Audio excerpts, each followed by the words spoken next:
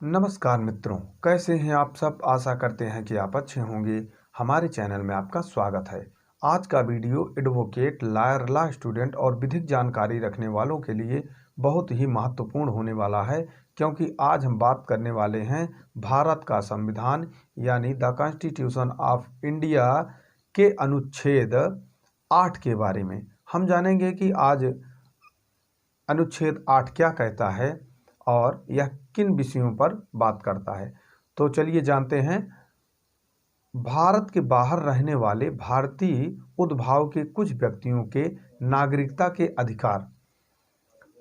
अनुच्छेद 5 में किसी बात के होते हुए भी कोई व्यक्ति जो या जिसके माता या पिता में से कोई अथवा पितामह या पितामही या मातामह या मातामही में से कोई मूल रूप से यथा अधिनियमित भारत शासन अधिनियम 1935 में परिभाषित भारत में जन्मा था और जो इस प्रकार परिभाषित भारत के बाहर किसी देश में मामूली तौर से निवास कर रहा है, भारत का नागरिक समझा जाएगा यदि वह नागरिकता प्राप्ति के लिए भारत के डोमिनियन की सरकार द्वारा या भारत सरकार द्वारा विहित प्रारूप में और रीति से अपने द्वारा उस देश में जहां वह तत्समय निवास कर रहा है भारत के राजनयिक या कौंसलीय प्रतिनिधि को इस संविधान के प्रारंभ से पहले या उसके पश्चात आवेदन किए जाने पर ऐसे राजनयिक या काउंसिलीय प्रतिनिधि द्वारा भारत का नागरिक रजिस्ट्रीकृत कर लिया गया हो। अब हम बात करेंगे अनुच्छेद 9 यानी आर्टिकल 9 के बारे में। विदेशी राज्य की नागरिकता स्वेच्छा से अर्जित करने वाले व्यक्तियों का नागरिक न होना। जहां यदि किसी व्यक्ति ने किसी विदेशी राज्य की नागरिकता स्वेच्छा से अर्जित कर ली है तो वह अनुच्छेद 5 के आधार पर भारत का नागरिक नहीं होगा अथवा अनुच्छेद 6 या 8 के आधार पर भारत का नागरिक नहीं समझा जाएगा।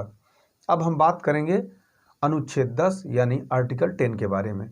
नागरिकता के अधिकारों का बना रहना।